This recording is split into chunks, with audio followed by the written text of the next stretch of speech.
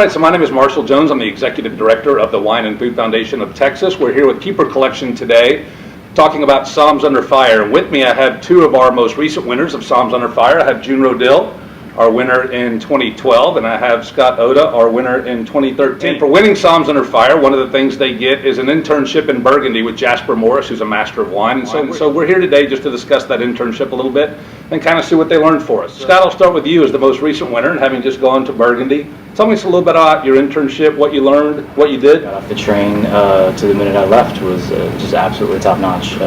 There's a lot to learn when you're tasting with some of the best winemakers in the region, and having someone like Jasper be able to interpret all the information is just absolutely priceless. Got off the train, and you were there for what, 7 days? It was actually, I stayed a little bit longer. I ended up staying about 2 weeks. All right. Yeah, me too. Too much, yeah. They put you to work? Put it to work, but I mean, what is work when you're drinking, fantastic aged Burgundies and talking to winemakers and crushing cheese every day. You can tell us your experience similar to Scott? I actually, though, interned with Ellen Meadows from Berghound, and it was amazing. It was definitely an experience that you can't replicate in any way. You get to really delve deep into the culture, not only like the wines, but why they are so great, why the people who make them are fantastic as well, and how it translates into the wine. Valuable part of this internship for your job? I guess being able to have an in-depth knowledge of vintages. I think when I look at myself in terms as a wine buyer, I'm a little bit more on the younger side. So to have access to these wines, from the 80s and 90s, 2000s, and even some of the winemakers opened wines from the 40s. It was just these experiences I've never been able to have. What would you say was the most valuable part of your internship? I totally agree with Scott about the vintages. I also exceptionally enjoyed learning each parcel.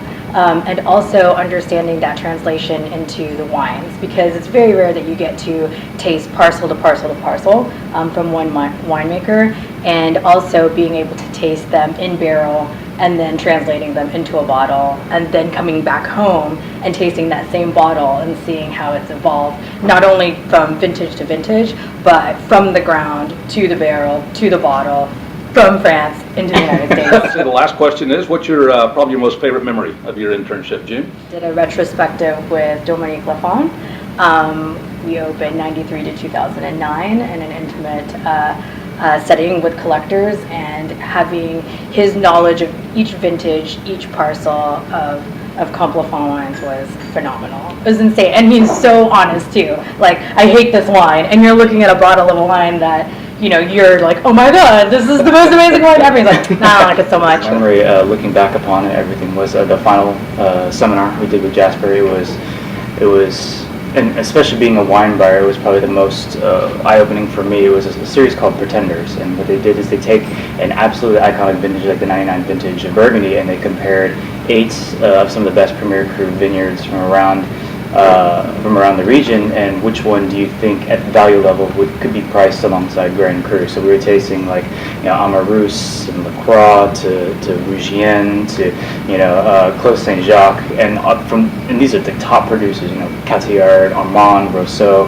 and tasting them side by side and seeing this, not only the stylistic differences, but from the same vintage, and then from... I think, y'all kind of both said the same thing, but I think the one thing people don't understand about sommeliers, wine buyers, is we don't get the opportunity to just try old vintages of wine every day. It's not like people are just walking around opening up 83 Burgundy and they're like, oh, let's just try that again today. I think being able to go on this journey really has been so amazing, and I think a lot of people wonder, like, how do you apply that into your everyday life? There's this mysticism behind it, right? Like, there's people who are like, oh, Burgundy, it's difficult, and I don't know what I'm looking at, it's this little parcel of land, and what does that even mean? But being able to look at it and experience it on my own, I hope that I can translate it to guests. So thank you both for sharing with us today with our members and friends of Somms Under Fire and the Keeper Collection and Wine and Food Foundation of Texas, and we're very glad both of you not only competed but won.